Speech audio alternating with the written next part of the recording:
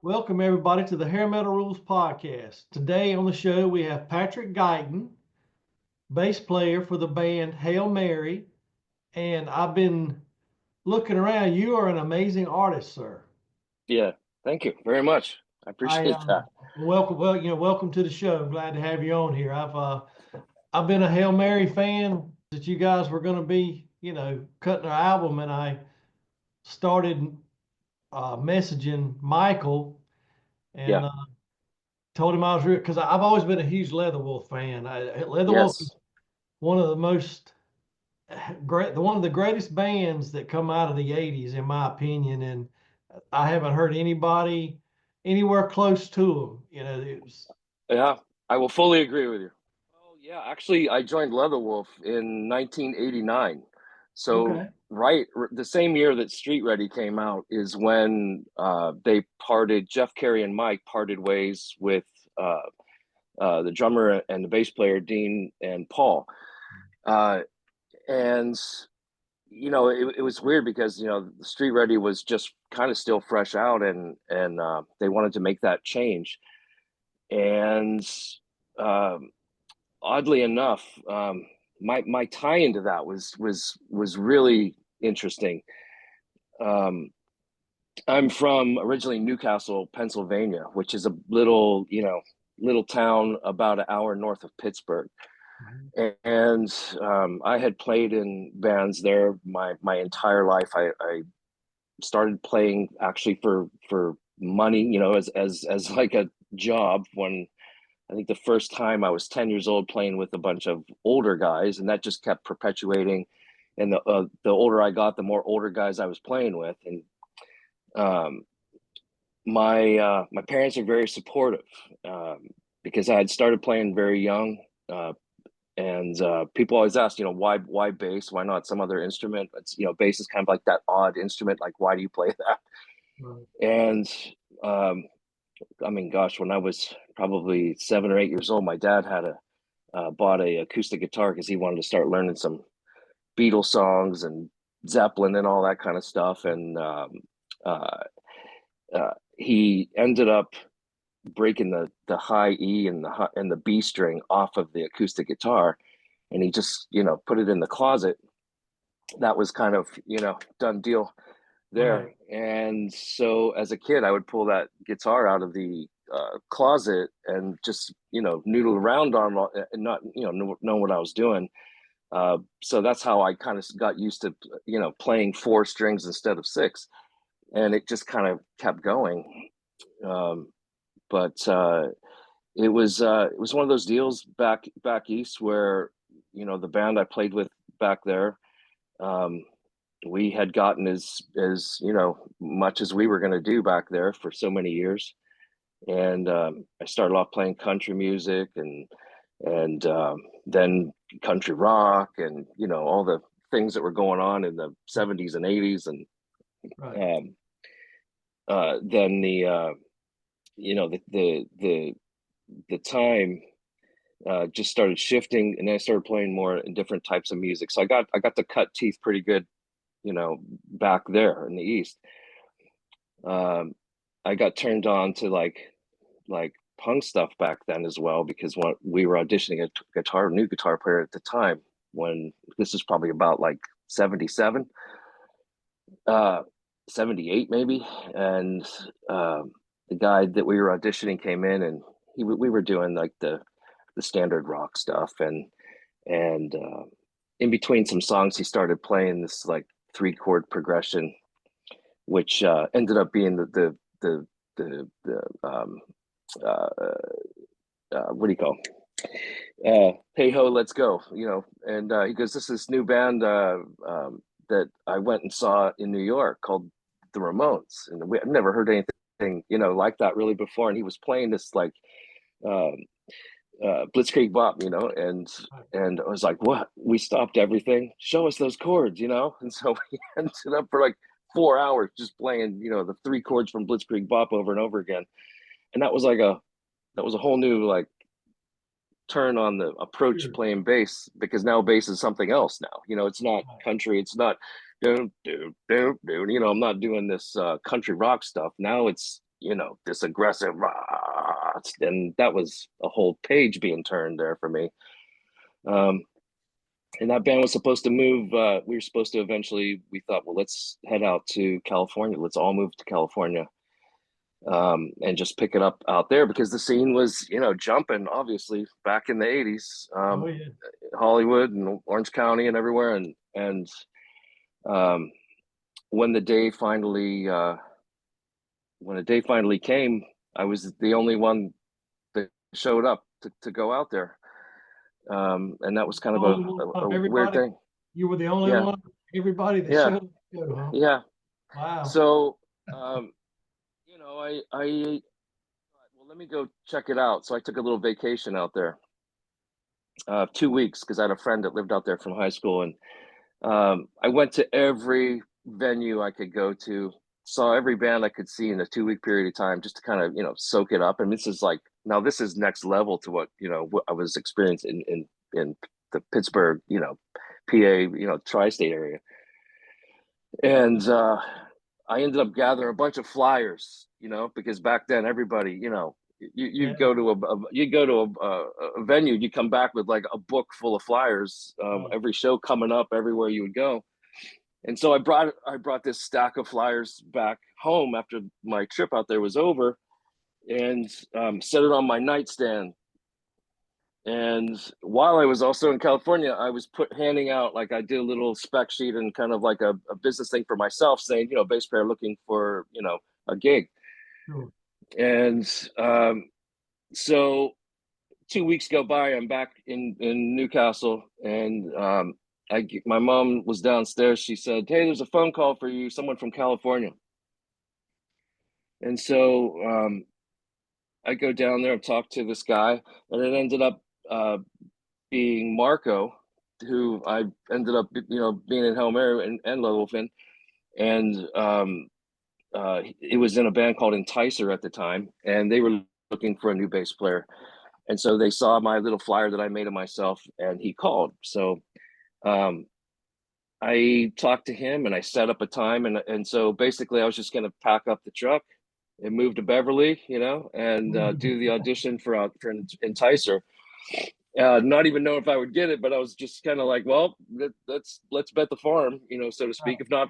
If not, we can always go back home. So I walked back up to my bedroom, and I have a window by my nightstand that was open, and there was two flyers that blew off, a stack of flyers about that big. Two flyers blew off and were on the ground. And I'll never forget, I went to pick them up to put them back on the stack. One of the flyers was for Enticer playing somewhere, and the other flyer was for Leatherwolf playing somewhere, which happened to be the two bands that I ended up getting. And when I went there, I didn't even know who they technically were. Wow. And so I always thought that was kind of like a cool That was little your sign sign. there. Yeah, Yeah, definitely. yeah, That there's was a your sign. sign. Yeah, Right. so I took it, and that's so I headed out there, and ended up getting the gig with Enticer, which was really great. Fantastic musicians through and through. And that eventually ended up coming to that ended after a little while. I did a brief, probably a year, or a little bit more over a year, with a band from Hawaii metal band called Aaron's Rod, who were on CBS Roadrunner.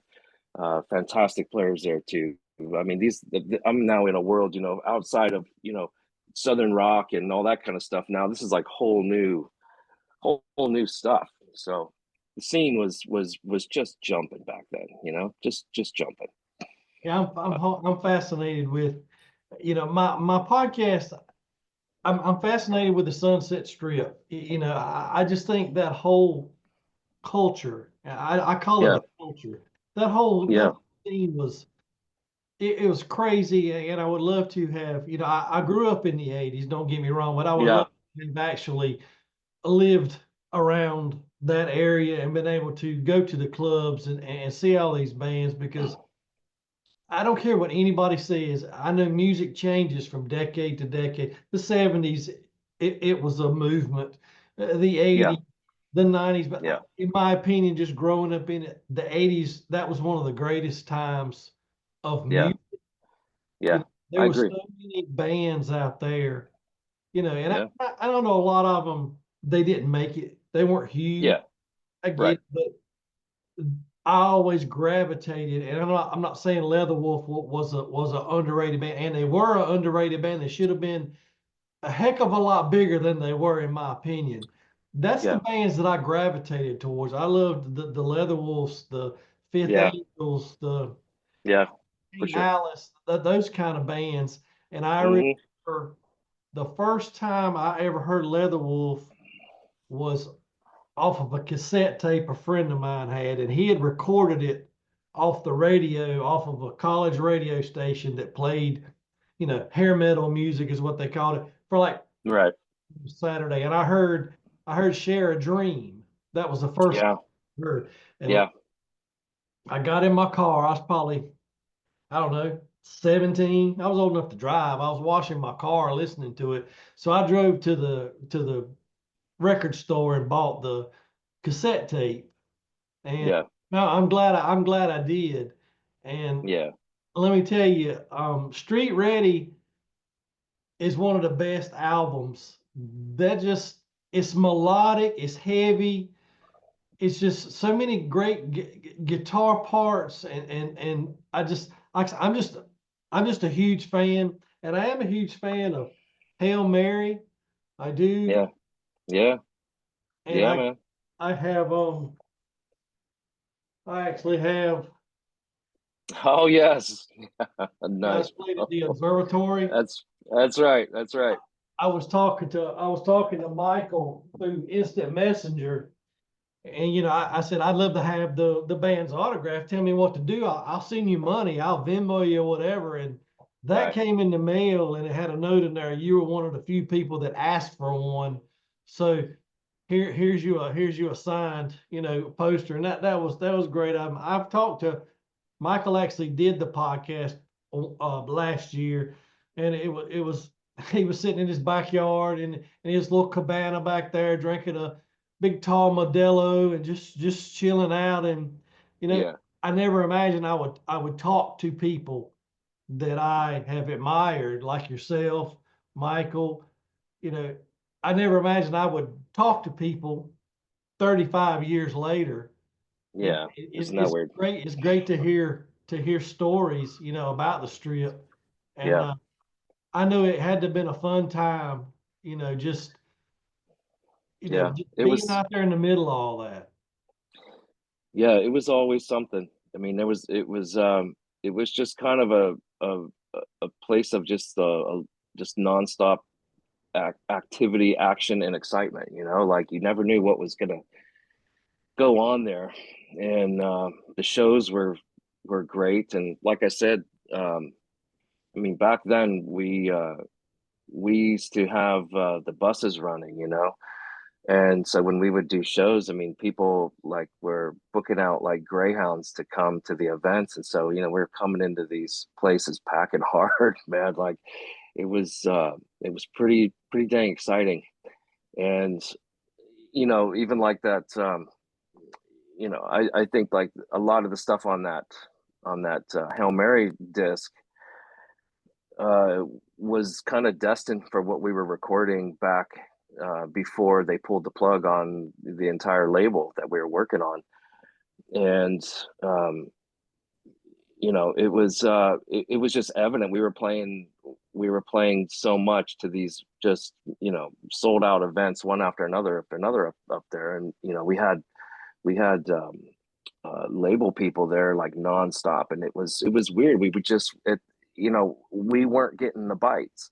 And like you said, Leatherwolf already being an underground sort of, or underrated bands, that's a struggle right out of the gate. But in reality, it is kind of more underground. It's more of a musician's music, but it's also melodic enough to have appeal in that regard too. So it wasn't just that you're coming out of the gate hitting with anthem chorus music. Right. A Yes. lot of the focus in Leatherwolf was the music and the guitar work and all that kind of stuff. So um that, that was kind of that was an extra hurdle to get across, that in during that time, especially when you weren't coming out with huge anthemy type stuff, and you were still doing the melodic, stuff, and the, obviously the three 3-part leads, and all that kind of a thing, long minute songs, Sure. and that made it tough, made it a hurdle, an But extra you guys, hurdle. but you guys did have anthemic, if that's the word you say, songs like I Am the Thunder, Yeah. Starts the Oh Rain. yeah, yeah. I see No the doubt. heavy. You guys are all singing in harmony on those, and it's like you want to No just, doubt. you know, pump your fist. You guys had some great stuff. And when I listened to Hail Mary when I know first got it, you still hear Leatherwolf.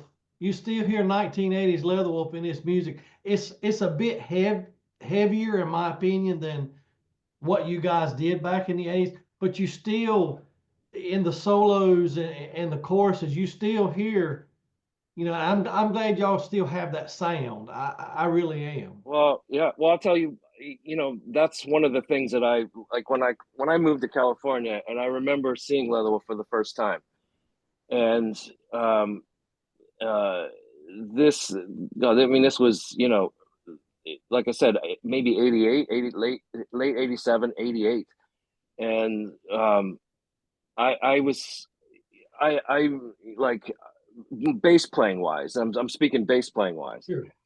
When I came out of here, I came out to California from Pittsburgh area, like I was like huge into like the Iron Maiden thing, and that was a whole new vibe for me. Is that, that approach and that attack to bass playing, and I fell in love with that style, the Steve Harris kind of style.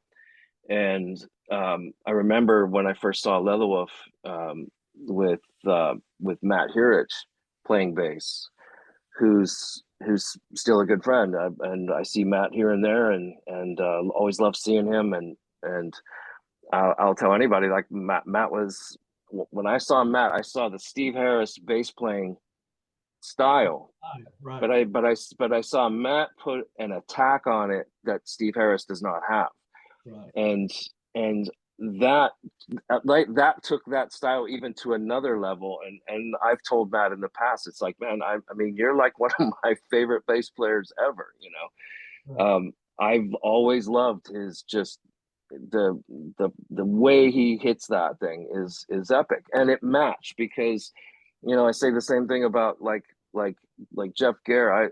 I Kerry Howe as well, and Mike, that like they have an attack and approach to the instrument that is something I've never like been like part of.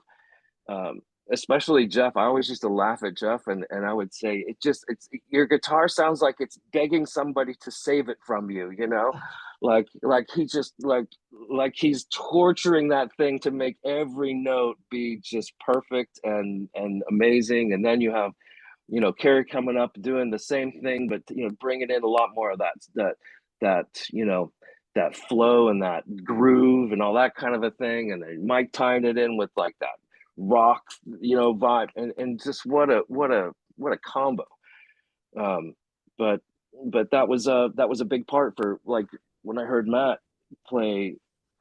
And to take nothing away from Paul Carmen either, but just Matt for me was just so that was kind of this perfect storm of bass playing for me when I heard that. And at that moment, I became a Leatherwolf fan, and I have been a fan. I mean, I'm not, not only being a player in the band, I was a huge fan of the band. So that made it extra fun to be involved and to do all the stuff, because like it wasn't just some gig. It was like I loved, and even still do playing with them. So. Well, as a fan, you know, when you see when you see two guitarists like in a song playing perfect harmony with each other, note for note, that's awesome. When you see three guys standing side by side playing something note for note, that's pretty special right there. I know Yeah, yeah, Michael, for sure. talking about Jeff, when I was talking to Michael, he said the song Lonely Road, he said he was amazed when you guys were recording it because Jeff did his guitar solo in one take and just walked off. Not It many sounds people, about right. I mean, not many people can, I'm not a guitarist. I don't know how to play anything. Yeah, yeah, I imagine not many guitarists can get something right on the first take and just walk off and say, okay, it's yours now. That's how talented this yeah, band was. yeah, yeah. Jeff is very prepared too. Like he is such a technician.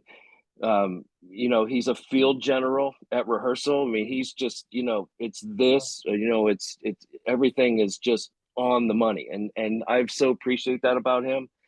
And I love that discipline that he has for himself and for the whole project overall, and always has.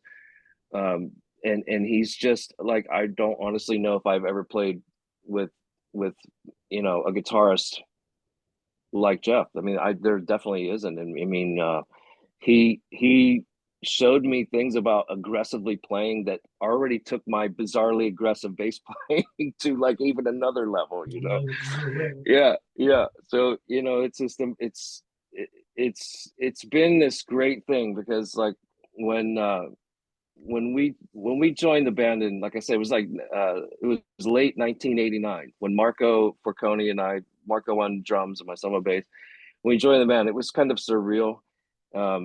They were just, obviously gigantic, around, and they were still coming off the these first three albums, and the just the excitement about it was amazing.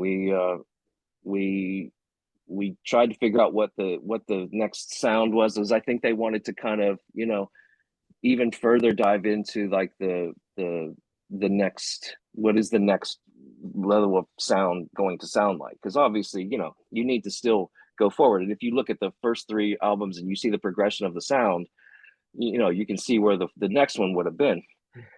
And so there, when we joined, they already had probably half the album written. And then we just kind of came in and started, tightening up stuff, tuning up stuff, and doing that. We got into pre-production, and but that whole time, it was just there was a cool excitement about when the band would come out and be back at it, like live on stage and that whole thing. So uh, we we did that up at this. There was a venue in Orange County called the Marquee, which is kind of like a home base, club venue for us, and um, probably played there more than any other place. Go there and we'd try stuff out, and Right. do all this random stuff, and so we went in there not even having a name. We just put a flyer out that had a photo on it, no name, and a date. End up, uh, but the word got out what it was, and uh, I mean, the place packed out. There was still probably there was a this circle around the entire building, about 5 rows deep, listening outside, while the whole inside was shoulder to shoulder. I mean, it was just this amazing thing, and it was my first taste doing the live show with them. And I'll never forget. We went through a lot of the older stuff. I mean, we almost used to play a 2-hour set back then, and I remember it came up to Hideaway, and we started to Mike went out and he had the 12 string on. He started to dink around with um oh god, I forget. Let me think about it for a minute. He Sure, started sure. playing this That's other fine. song. That's fine. Oh, Season of the Witch. So he Yeah, started yeah, playing yeah. the Right, beginning of right. Season of the Witch, right? People started to cheer, and then he kind of just cut it, and he started to pick Hideaway. Now, mind you, Hideaway still, maybe, I mean, the song's only been out maybe a year or less. And I mean, I remember just this, I mean, the place blew a gasket, man. Oh yeah. And I remember that was my first real kind of like, it's just this beyond excited about what was happening, and to be able to participate and be a part of Leatherwolf. Well, I know I talked to you probably know who he is. His name's Tom Mathers. He owns Paris Records. Yeah, He was talking and he said when Cherry Street, that was his band, when yeah, they were touring, that Leatherwolf owned their own T-shirt printing company, Yeah. and they Yeah. printed Cherry Street T-shirts for them, Yeah. back in the day. And he said, I'll never forget the guys for doing that for us, because, just that, having those shirts to be able to sell really helped the band Yeah. out. And I think, if I'm not mistaken, they did it. One of the band members did it as a favor because they knew Tom at the time. But having your own T-shirt printing company and Hideaway, I remember the first time I ever saw Leatherwolf was, of course, on the Headbangers Ball. Had Yeah. to get home on Saturday night and watch the Headbangers Ball. Hideaway, I can still Hmm. pop that up on YouTube now, and you Yeah. know I know every Brings back word. memories. Yeah, I know Yeah. every word to every song. That's why I try to do this podcast. you Yeah. know, this music takes me back to a place that's a whole lot simpler than the time I live in now. Correct. All I had to worry about was cruising and listening to, loud music and doing Right. whatever. Now you have to worry about paying your mortgage and your electric bill and all that Yeah. good stuff. I want to tell you, I did watch a video, and you were doing an art print and you were putting gold leaf down on the back of it. I watched that video. Yeah. How long did it take you to do that? Just to for the process or to make that one piece? Well, just the process of putting because you had to meticulously put the gold leaf on the back of the print first, right? Oh yeah, yeah, yeah. Well, I was painting. They're all paintings, but when I started again, when I moved to California, I started to do art. I mean, Right. I just graduated art school uh, the year before, 1986 or something like that. I moved to California in '87, but I was coming out of art school, so I mean that's kind of how I tried to start making my living in California. Um, which was rough, moving to a brand new state away from all your family and friends and everybody, and just trying to, okay, now what do I do? So I used to paint banners and signs and drum heads and guitars and make flyers. I mean, anything and everything that I could do in the music scene, artistically, that's what I did. So um, uh, that so that art thing was always there. But then when I started to really do fine art like professionally for full-time work, then um, I started to do work on gold leafing. I was a sign painter for ever. Right. I guess you could still say I am. But uh, my dad was a sign painter, and so I just came up under that. And doing sign work, you work with gold leaf, and like doing hot rods or motorcycles, and any custom painting, eventually you're going to start putting gold leaf on something. I started to do out in California. I started to work for a guy that restored fire trucks, like Mhm. vintage fire trucks, and so you had to do all the embellishing, like the gold leaf embellishing on there. So most of the time, it was gold leaf was something that was part of the sign industry that I just knew how to use. So eventually, coming into doing fine art, um, I thought, merging a bunch of stuff together. One of the other disciplines I I worked with Chuck Jones uh, in the '90s as well, doing animation, like his limited edition animation stuff. And so I kind of wanted to morph, the gold leaf um, with the animation-y type feel, with like the two things kind of almost looking like they're floating up on top of each other. And it started out kind of basic, and then as I kept experimenting with it, it just started to get more and more and more. I mean, it's kind of like way past where I initially started, but um, that's that was back in 2008 when I started to do that. And uh, so it's been a long time. So I mean, I still do it now, and that's my main gig now, uh, doing art auctions and that kind of a thing. So yeah, it's just been it's been something I've always done. It's just, applying it kind of a different way, applying it more fine artsy rather than in sign work or custom work or something like that. You have some beautiful stuff. I was looking Thank at you. before we did the podcast. You have one on there that's called Requiem. Requiem. Yes. What was your inspiration for that picture? Requiem was an interesting piece. It's done on pure silver leaf, so it's a 0.999 silver, like the entire Right. surface.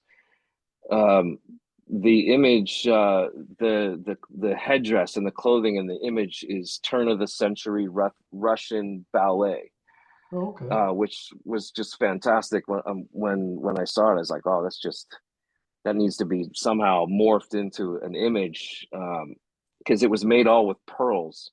Like Oh, the okay. entire outfit was like covered with pearls. So, Right. Illustrating pearls, circles and circles and circles and circles and circles and circles for, hours on Sure. end, was interesting, but uh, that's what Q-tips are for, And so Yeah. I sat there for a very long time with a Q-tip making pearls on it. But that was the first painting that I had that sold at competitive bidding for over six figures. So that was like a staple piece in the collection for me. Well, you have, like I say, you're a Thank very you. talented person. I Thank like to you. draw. I've drawn, I took art in school, and your typical things, your charcoals, your pastels, your Yeah. Yeah. typical stuff. And I always enjoy drawing because you can get caught up in something, and you're not worrying about anything. You're just sitting there drawing, and you look at Yeah. your watch, and you've been there 3 or 4 Yeah. hours, and it's Yeah. very relaxing to do stuff like. But like I said, you've got. I looked at a lot of your stuff. It's beautiful. Good for you doing. Yeah, obviously you love doing it, or you wouldn't be doing it. You know, Yeah. that's Yeah. great. It's one of those interesting things. It's kind of, the difficulty factor to produce is way higher than most people imagine, but at the same time, that the reward is big too. The outcome of something, finished, that's a successful looking image is worth the time. And um it's been a love hate thing putting it. It's messy. If you ever see anybody do it, it's messy. And it takes a lot of patience to pull it off. So like, once again, I try to, I had to learn a lot of that patience and discipline doing art, working with Sure. uh, the Looney Tune stuff and Chuck Jones, because you're coming home with like stacks of animation cells about like that big, having to meticulously paint color by color by color, or, so um, it's been an interesting road for sure. I'll tell you what, Chuck Jones entertained many generations of children. Not just Yes. children, but grown-ups still watch Chuck Jones Oh cartoons. yeah. He's Oh been yeah. around Yeah. for, a long time, and Yeah. just some great stuff. Yeah. I didn't catch on to who you said earlier. I was like, Chuck Jones is like, man, he does a lot of cartoons, and Well, yeah. Yeah. I can, relate to. But I never had a chance to see Leatherwolf back in the 80s. I wished I would have. I saw Leatherwolf at M3 a few years ago with, Carrie and Rob Math is in the band, Yeah. Yeah. and it was great to see a version of Leatherwolf. They Yeah. played some Leatherwolf songs, and it was great to finally hear them. But I wished that, I wished I could have. That's what I'm so envious about things. I talk to people that lived in California. It's like, yeah, man, we used to go to Grisari's, or we used to go to Whiskey A Go Go, and we would Yeah. sit blah blah blah blah. Like, you really don't realize you witness something really special seeing all these guys and there were so many bands out there that never made it big, but if their stuff would have came out a couple of years earlier, it would Yeah. have been extremely huge. So many great bands came Yeah. in 88, 89, 90, and then everything's kind of just the Yeah. rug's There was getting a shift, pulled. Yeah, Yeah, there was a shift that took place that it was yeah, very evident. Like when we were doing the recordings, was it Virgin or Epic, one of the two, with the fact that we were 6 songs into the recording of the next, what would have been, the next album. um they came in and broke the news to us that they were pulling the plug and they were doing a full cleanse on the label. Like everybody, they just cleaned house, and they stopped all productions, they stopped everything, because grunge was coming in, and so now they were fully going down that path. And they just foresaw that was the future of music. So it yeah. wasn't, that was a blow, because here you're halfway through an album. I mean, there was a lot of work that was going on, and we were driving up back and forth to LA like every day recording, and I mean, we were putting in the work, and then Yeah. all of a sudden, boom. But it was such a blow, I think, because you could feel times changing, and it Hmm. was a blow. I think that's where a lot of the, like you said, the Hailmary stuff ended up being a lot more aggressive, because that's when we were also dealing with the fact that we couldn't use Leatherwolf anymore. I mean, we Yeah. played under Leatherwolf for years, and then all of a sudden, legally, Yeah. I don't know how. I still to this day don't know how that even Right. works. That Sure. that Yeah. that that the three guys that wrote all the music don't have a legal right to use I the know, name of their right? own band. But that's another story. But Yeah, I still sure. don't really even know how that happened. I just know that one day we're like, hey, we got to change. We can't use Leatherwolf anymore. So now here's another hurdle. It's like, well, first, like we were just saying, like the initial hurdles of the overall sound. It's not that just. Keep in mind, during those days, KNAC, the radio station out Oh here, the yeah. big metal station, was kind of like in this we don't know who we are phase either. But Sure. then there was another radio station that popped up called Pirate Radio. Pirate radio. Yep. And all they did was play Motley Crue, Poison, and Warrant back to back to back to back to back to back. It was just, the whole, the whole cowboy gypsy thing was Sure. it. And so there was this mass confusion of what's happening here, because then you had the grunge thing happening, starting, and it was weird. So then we couldn't use Leatherwolf as a name, so there was another hurdle for it, and we just kept getting behind these Yeah. hurdles that were tough. And I think that's where the aggression started to really come out in the Hail Mary stuff, because obviously the Hail Mary stuff started going down avenues that were a lot more aggressive Oh yeah. than Leatherwolf. But that's, I believe, what it was, because everybody was upset at the time about what was going on, and how we just kind of had plugs pulled. So then up in LA, like then all of a sudden when grunge started kicking in, then everybody started to move to Seattle, and then when you just saw the whole, like, the scene, the LA Mhm. scene just Yeah. start to die off, and all moved up to Seattle, because that's where they were signing people. Right. And that lasted a whole hot minute, and then Yeah, I know, all right? this, what a waste.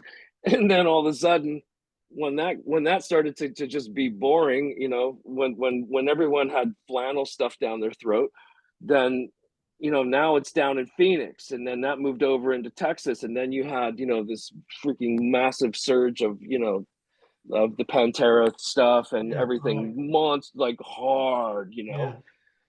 which was awesome.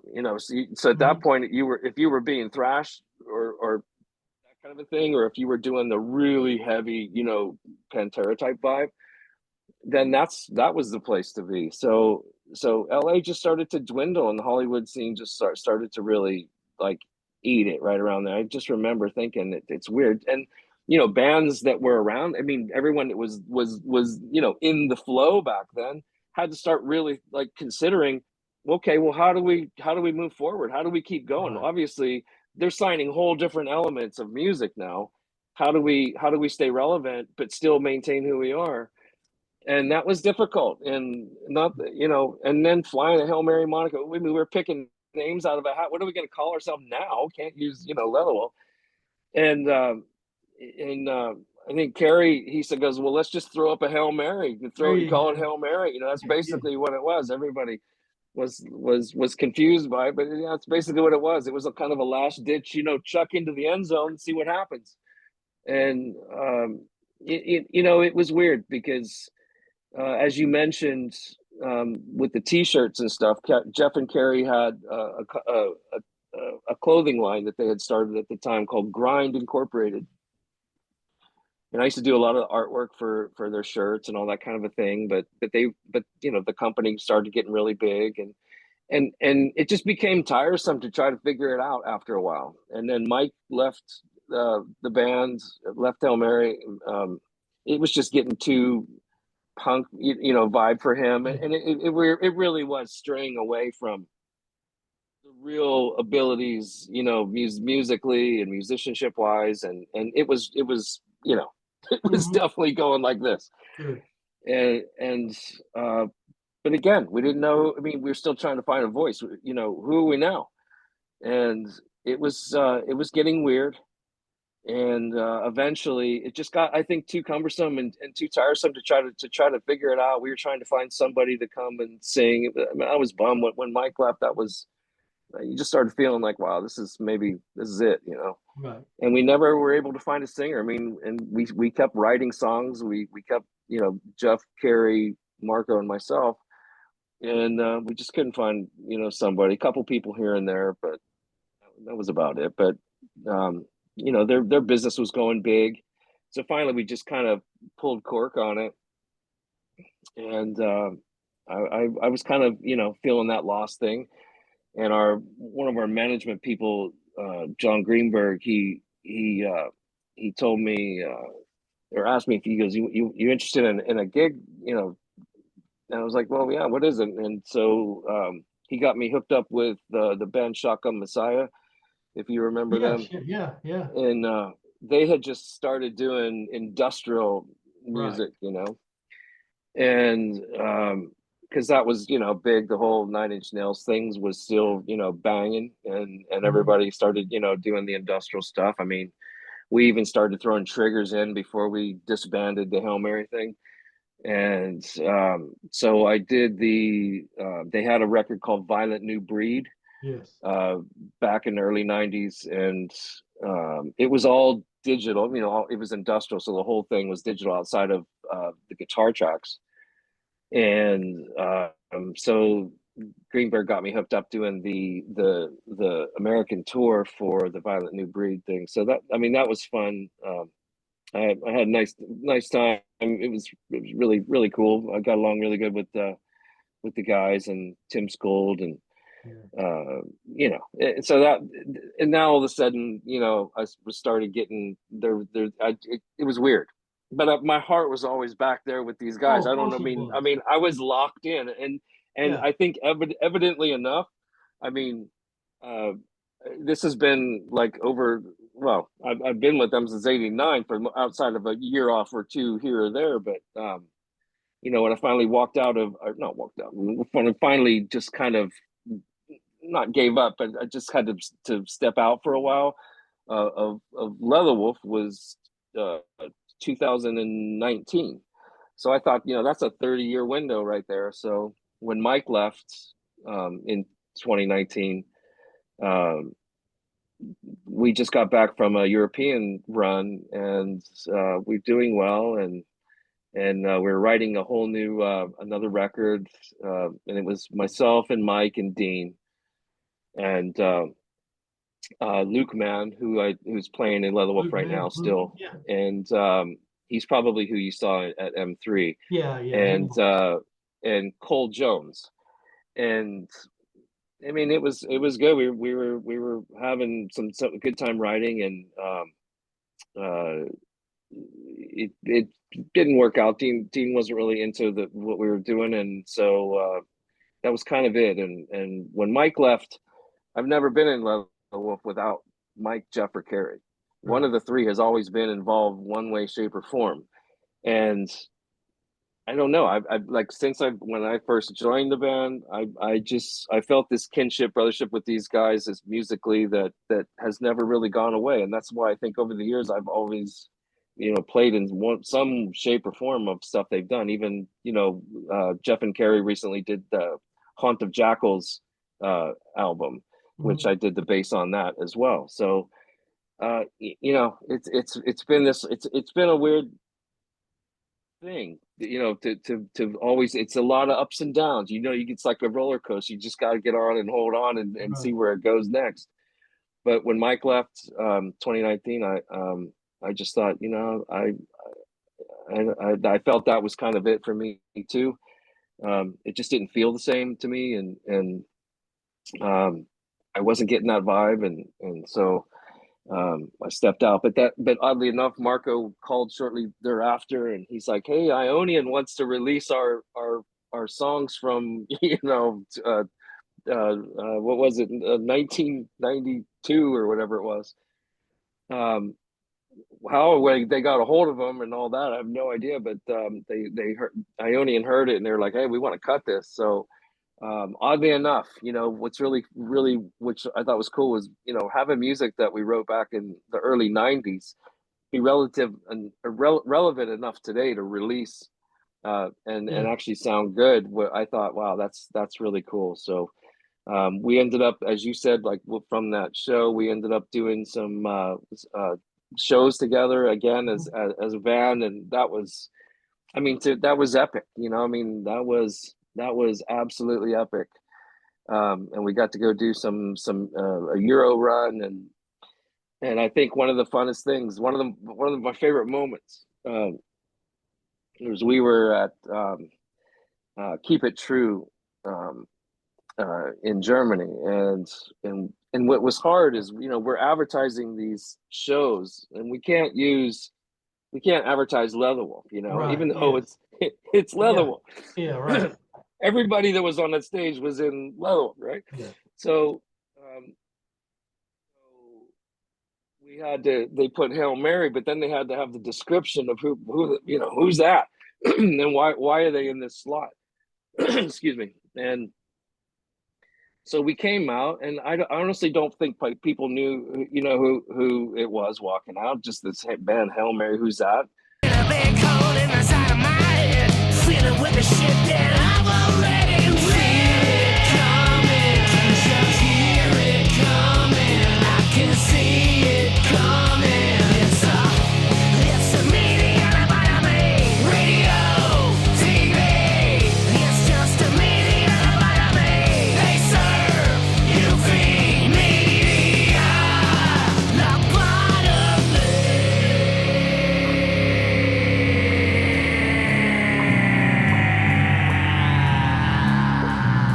It's been one of those annoying, names that you just got, okay, he's a Homer, you want to just fly the flag, but you can't. Yeah.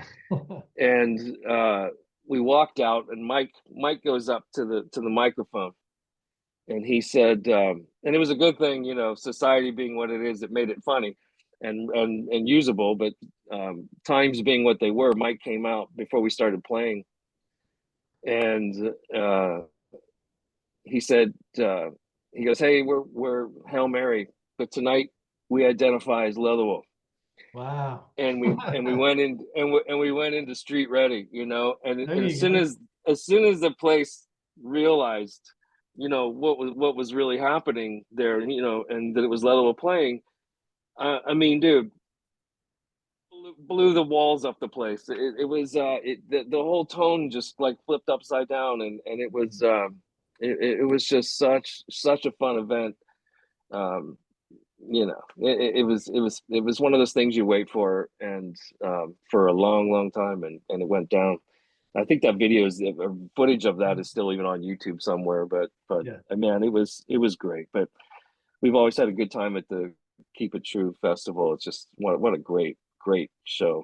And that's another side Well, of, the thing. It's hard to find those kinds of event here in America. You go I over wish you there, guys, and it's like I wish the you guys would come to M3. I wish you guys would come to well, yeah, M3.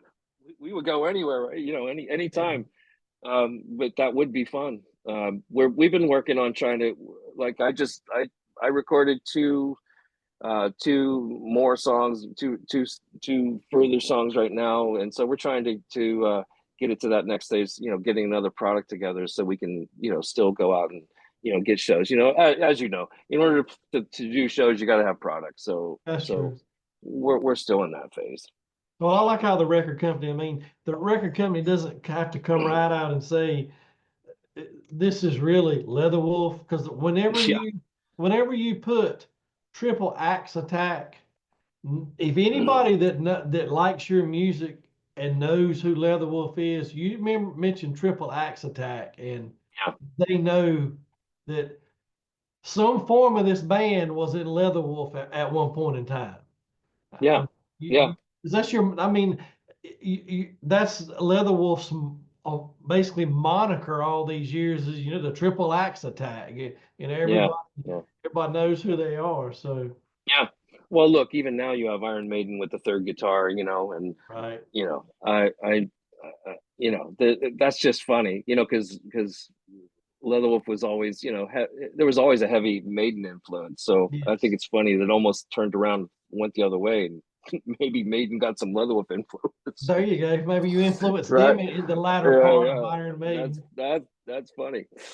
But Well, yeah, dude, it's Triple X Attack was that's what it was. And when Marco and I joined, we I think we both knew that, this is we're joining this band, but at the same time we're supporting, these three guys who they're really what the whole thing is about. It's their musicianship, you know amazing musicianship, and the way they yes. work together is amazing. But that was the whole core. That's the whole core of Leatherwolf was what they did and wrote. Well, sir, Yeah, I'm a huge fan. Like I said, I've been a fan since I first saw you guys on MTV, and I'm proud to say I have your first three albums. Took me a little bit to scrounge up some money to get some of them, but I'm proud they're on the wall over here. Like they're like yeah, everything back here. You can't put everything back there, but yeah. I I bet. got I got Leatherwolf on the wall, and um, you guys have amazing music. This is great. I I'm hope glad I you like it. hope some incarnation of you guys will, if you don't get back together and make albums, I hope you guys, any chance you can to play somewhere, will, try to get together and play. Your Yeah, music means a lot to people. I mean, it really does. That whole movement is yeah, still huge today, and I'm glad that bands from the '80s are still going out there and playing, because people love you. People still want to see you. yeah. It, it, They it's love the been it's music. been yeah, it's been weird because sometimes, there's so many bands that still do play from back then, and I think a lot of them, they're just playing because they know they can. But I remember, like, just thinking, like, my attitude and mindset towards it is still just as like it was when I first, started doing it. Like, we still go out there to, you know to just to perform the best event that we can and be the best that we can. And you feel that when you're on stage, like, you Right. feel the team is working. So yeah, we would love to come and do that M3 or whatever it is, and Yeah, that's great. that the other events that they have, East Coast wise. Right. um but like I said, we're trying to get that next product put together, so we have something to have and base it off of. And yeah, we'll be seeing you, I'm sure, Well, I hope so. sooner or later. I'd love to see you guys. Well, sir, it's been a pleasure talking to you. I know you Thank you, got Jeremy. you got better you got better things to do than talk to a guy in North Carolina that's just a big hair metal fan. I love this music. I will never ever stop loving it, and I'll do everything I can, and I do everything I can to keep it going, to let other people know about it. And I appreciate you, sir. I appreciate the many years of memories of music, and you take care of yourself. Thank you, Jeremy. I appreciate you having me on. It's always a pleasure to talk about the days, and especially to pull the memories back up, because they're what kind of made me and us who we are today. So I'm blessed. Thank you very much. Thank you. Glory to You God, take bro. care, and God bless you, and God bless you, take my care. friend. Bye, sir. All right. Talk to you, buddy. Yes, sir. Bye. Bye.